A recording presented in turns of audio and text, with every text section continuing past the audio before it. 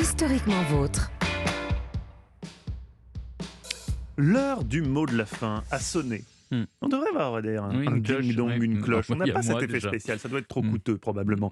Stéphane Bern, aujourd'hui, l'histoire d'une expression, comme d'habitude, aujourd'hui. L'habit ne fait pas le moine.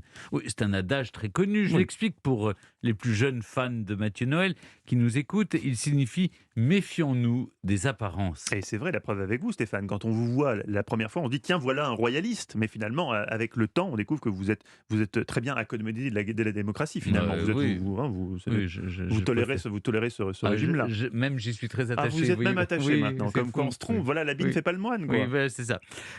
J'étais content de vous retrouver cet après-midi, Mathieu, mais bon, c'était avant que vous sortiez toutes ces bêtises. Au XIIIe siècle, on trouve la trace de l'expression. Elle serait la traduction de la formule latine Barba non facit philosophum.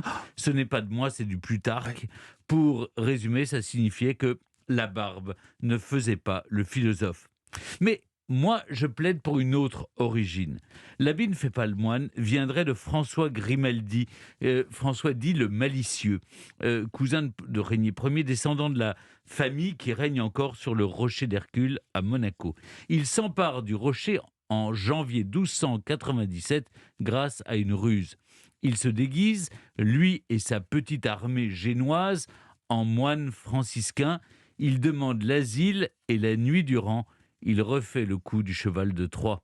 Et d'ailleurs, sur les armoiries de la famille princière de Monaco, on trouve 2 moines avec des épées pour se souvenir de ce haut fait d'armes. Et en effet, sur ce coup-là, l'habit n'a pas fait le moine. La dernière explication peut nous éclairer sur la formule, car ces derniers n'ont pas toujours été d'une grande exemplarité. Le pape Grégoire IX, au XIIIe siècle, en utilisant l'expression, rappelait que tous les moines n'avaient pas forcément un comportement idoine, porté sur la chose, vous voyez ce que je veux dire, Oui, j'ai compris. cupide, violent, tous n'étaient pas des saints, loin de là. Allez, terminons sur une jolie citation sur les habits, elle est de Jean Rochefort. « J'aime l'habit confortable, mais j'ai la trouille de la charentaise. » En disant cette phrase, on l'entendrait Ouais. presque, non ? Oui.